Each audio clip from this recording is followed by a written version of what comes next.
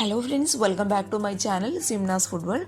അപ്പോഴിത് ഇന്ന് ഞാൻ വന്നിട്ടുള്ളത് ബേക്കിംഗ് സോഡയും ഈസ്റ്റും ഒന്നും ചേർക്കാതെ നല്ല സോഫ്റ്റ് ആയിട്ടുള്ള, അതേസമയം നല്ല ക്രിസ്പി ആയിട്ടുള്ള അപ്പം എങ്ങനെ തയ്യാറാക്കി എടുക്കാൻ പറ്റും എന്ന നല്ലൊരു വീഡിയോ ആയിട്ടാണ്. അപ്പോൾ വീഡിയോ എല്ലാവരും കണ്ടു നോക്കി ഇഷ്ടപ്പെട്ടാൽ തീർച്ചയായിട്ടും ഇനി ബേക്കിംഗ് സോഡയും ഈസ്റ്റും ഒന്നും ചേർക്കാതെ നല്ല ക്രിസ്പി ആയിട്ടുള്ള അപ്പം ഇങ്ങനെയൊന്ന് തയ്യാറാക്കി നോക്കുക കേട്ടോ. അപ്പോൾ നമുക്ക് പെട്ടെന്ന് തന്നെ വീഡിയോയിലോട്ട് ചേർക്കാതെ ഈ ഒരു സോഫ്റ്റ് ആയിട്ടുള്ള പാലപ്പം റെഡിയാക്കാൻ ഇതേ ഞാനിപ്പോൾ ഇവിടെ എടുത്തിട്ടുള്ളത് ഈ ഒരു സ്റ്റീലിൻ്റെ ഗ്ലാസ്സിൽ നിറയെ പച്ചരിയാണ്. അപ്പോൾ പച്ചരി ഇതേ നമുക്ക് ഈ ഒരു പാത്രത്തിലോട്ട് ഇട്ട് കൊടുക്കാം. അപ്പോൾ ഈ നിങ്ങൾക്ക് പച്ചരിക്ക് പകരം ഇഡ്ഡലി റൈസ് അങ്ങനെ വേണമെങ്കിൽ ആ ഒരു റൈസ് ഉപയോഗിക്കുന്നവരുണ്ട് കേട്ടോ, അതും ഉപയോഗിക്കാം. പക്ഷേ എപ്പോഴും നമ്മുടെ ഈ തനി നാടൻ സ്റ്റൈലിലുള്ള ഈ ഒരു വെള്ളയപ്പം അതുപോലെ പാലപ്പം ഒക്കെ റെഡിയാക്കാനായിട്ട് ഏറ്റവും കൂടുതൽ നല്ലത് നമ്മുടെ സാധാരണ പച്ചരി തന്നെയാണ് കേട്ടോ. അപ്പോൾ ഇത് ഈ ഒരു ഗ്ലാസ്സിൽ നിറയെ പച്ചരി ഞാൻ ഈ ഒരു പാത്രത്തിലോട്ട് ഇട്ട് കൊടുത്തിട്ടുണ്ട്. ഇനി നമുക്ക് ഇതിന് ആവശ്യമായിട്ടുള്ളത് 1 ടേബിൾ സ്പൂൺ ഉഴുന്ന്, അതായത് ഇതേ നമ്മൾ ദോശ അതുപോലെ ഇഡ്ഡലിയൊക്കെ അരക്കാനായിട്ട് ഉപയോഗിക്കുന്ന 1 ടേബിൾ സ്പൂൺ ഉഴുന്ന് കേട്ടോ.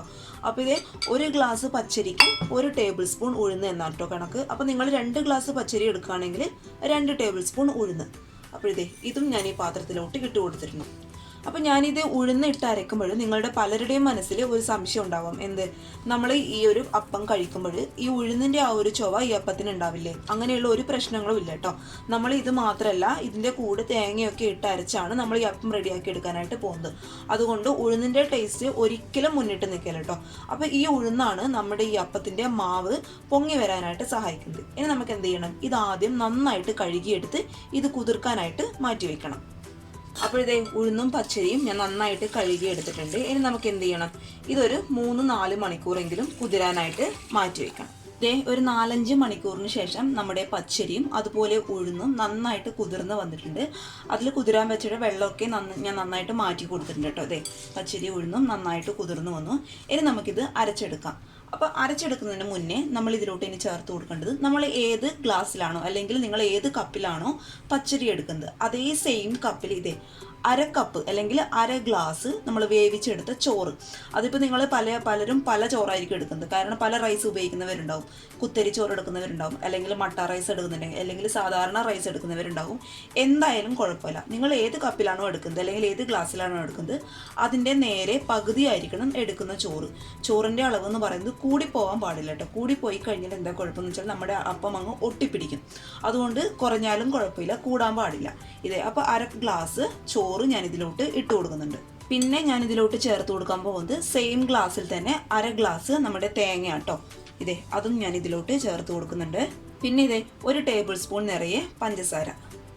ഇനി ഇതെല്ലാം കൂടി നമുക്കൊരു മിക്സിയുടെ ജാറിലിട്ട് നന്നായിട്ട് അങ്ങോട്ട് അരച്ചെടുക്കാം.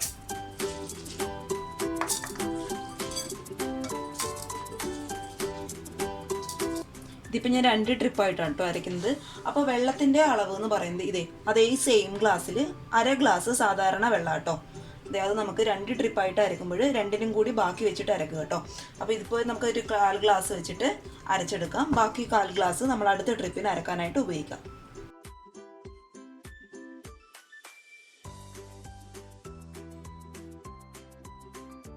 ഇത് നമ്മുടെ മാവ് ഞാൻ നന്നായിട്ട് അരച്ചെടുത്തിട്ടുണ്ട് കേട്ടോ. മാവിൻ്റെ കൺസിസ്റ്റൻസി എന്ന് പറയുന്നത് ഇതാണ്.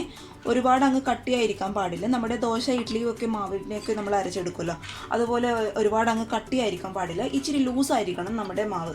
അഥവാ നിങ്ങൾ അരച്ചെടുത്തതിന് ശേഷം മാവ് കട്ടിയാണ് എന്ന് തോന്നുന്നുണ്ടെങ്കിൽ ആവശ്യത്തിന് വെള്ളം ഒഴിച്ച് ആ മാവങ്ങ് കുറച്ച് ലൂസാക്കി കൊടുക്കുക കേട്ടോ. കാരണം നമ്മൾ ഈസ്റ്റ് അതുപോലെ ബേക്കിംഗ് സോഡ ഒന്നും ചേർക്കാത്തത് കൊണ്ട് ഈ കട്ടിയായിരിക്കുന്ന മാവ് പുളിച്ച് വരാനായിട്ട് ഇച്ചിരി ബുദ്ധിമുട്ടായിരിക്കും.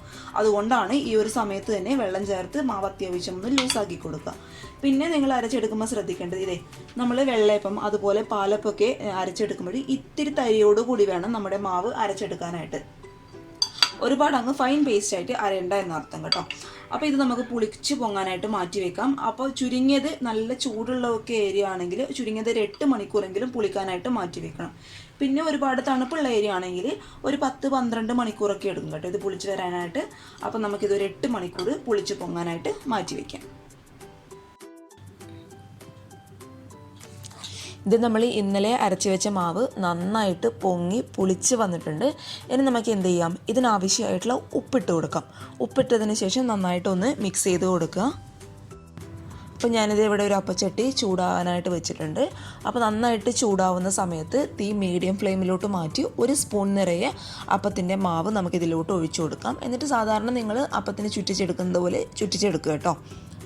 അതിനുശേഷം ഒരു 2 മിനിറ്റ് 2-3 മിനിറ്റ് നന്നായിട്ട് അടച്ചു വയ്ക്കുക. അപ്പോഴേക്കും നമ്മുടെ അപ്പം നല്ല വെന്ത് ക്രിസ്പി ആയിട്ട് കിട്ടും.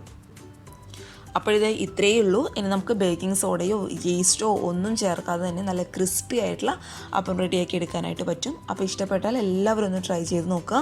ഒരുപാട് പേർക്ക് ഉപകാരപ്പെടുമെന്ന് വിചാരിക്കുന്നു. അതുപോലെ വീഡിയോസൊക്കെ കണ്ട് ഇഷ്ടപ്പെടുകയാണെങ്കിൽ സബ്സ്ക്രൈബ് ചെയ്യാനും തൊട്ടടുത്തുള്ള കുഞ്ഞു ബെല്ലൈക്കനും കൂടി ഇനാബിൾ ചെയ്ത് ഓൾ എന്നുള്ള ഓപ്ഷൻ ക്ലിക്ക് ചെയ്യാനും മറക്കരുത് കേട്ടോ. അപ്പോഴേ ഇതുപോലുള്ള നല്ല നല്ല വീഡിയോസ് ഞാൻ ഇടുമ്പോൾ നിങ്ങൾക്ക് പെട്ടെന്ന് നോട്ടിഫിക്കേഷനായിട്ട് വരും. അപ്പോൾ അടുത്തൊരു നല്ല വീഡിയോ ആയിട്ട് കാണും വരെ thank you for watching Simnas food world. By.